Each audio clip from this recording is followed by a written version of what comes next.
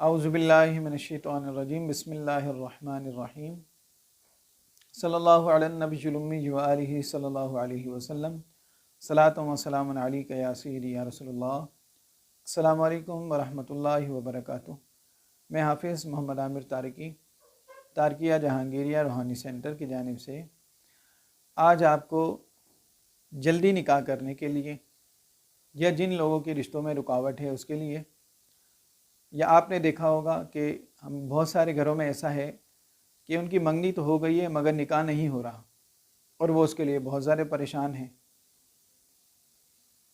ایسا بھی ہے کہ ہمارے بھائی، بہت سارے بھائی بھی ایسے ہیں جو پریشان ہیں، اور ہماری بہنیں بھی ایسی ہیں بہت ساری جو نکاح کی جلدی نہ ہونے کی وجہ سے پریشان ہیں۔ تو ایسی صورت میں اگر آپ یہ عمل کر لیں گے تو انشاءاللہ بہت جلد آپ کا نکاح ہو جائے گا۔ عمل بہت ہی آسان عمل ہے اور بہت چھوٹا سا عمل ہے۔ اگر پابندی کے ساتھ پاک صاف جگہ بیٹھ کر باوضو حالت میں شور شرابہ نہ ہو اور توجہ کے ساتھ اس عمل کو پڑھا جائے اور پڑھنے کے بعد اللہ سے دعا کی جائے تو انشاءاللہ اللہ تعالیٰ آپ کو اس مقصد میں جلد کامیابی عطا فرمائے گا۔ عمل یہ ہے کہ آپ نے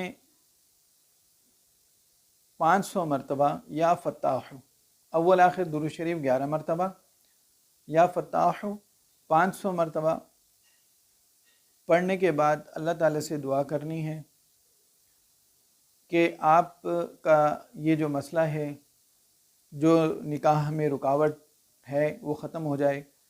بعض صورت میں ایسا ہوتا ہے کہ اگر لڑکی ہے وہ شادی کرنا چاہتی ہیں تو لڑکے والوں کی طرف سے پرابلمز ہوتی ہیں، تو جو نکاح میں پرابلم بن رہی ہے، جو مسئلہ کریٹ ہو رہا ہے، جو لوگ مسئلہ پیدا کر رہے ہیں، ان کا تصور کر کے آپ نے آنکھیں بند کر کے ان کا تصور کرنا ہے اور 500 مرتبہ یہ عمل پڑھنا ہے کہ اللہ تعالیٰ ان کے دل میں یہ بات ڈالے اور جلد از جلد ہمارا نکاح ہو جائے۔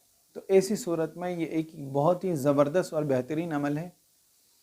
آپ اس عمل کو 11 دن یا 21 دن تک اس کو جاری رکھیں، انشاءاللہ امید ہے کہ 21 دن کے اندر کام ہو جاتا ہے۔ اور اگر بالفرض نہ بھی ہو تو اس عمل کو جاری رکھیں، کیونکہ اللہ تعالیٰ اپنے بندوں کی دعا کو ضرور قبول کرتا ہے۔ پڑھنے کے بعد آپ سچے دل سے اور یہ یقین رکھ کر دعا کریں تو انشاءاللہ ضرور آپ کی دعا قبول ہوگی۔ تو یہ ایک چھوٹا سا عمل ہے، اگر کوئی اس عمل کو کرنا چاہے تو میری طرف سے اجازت ہے۔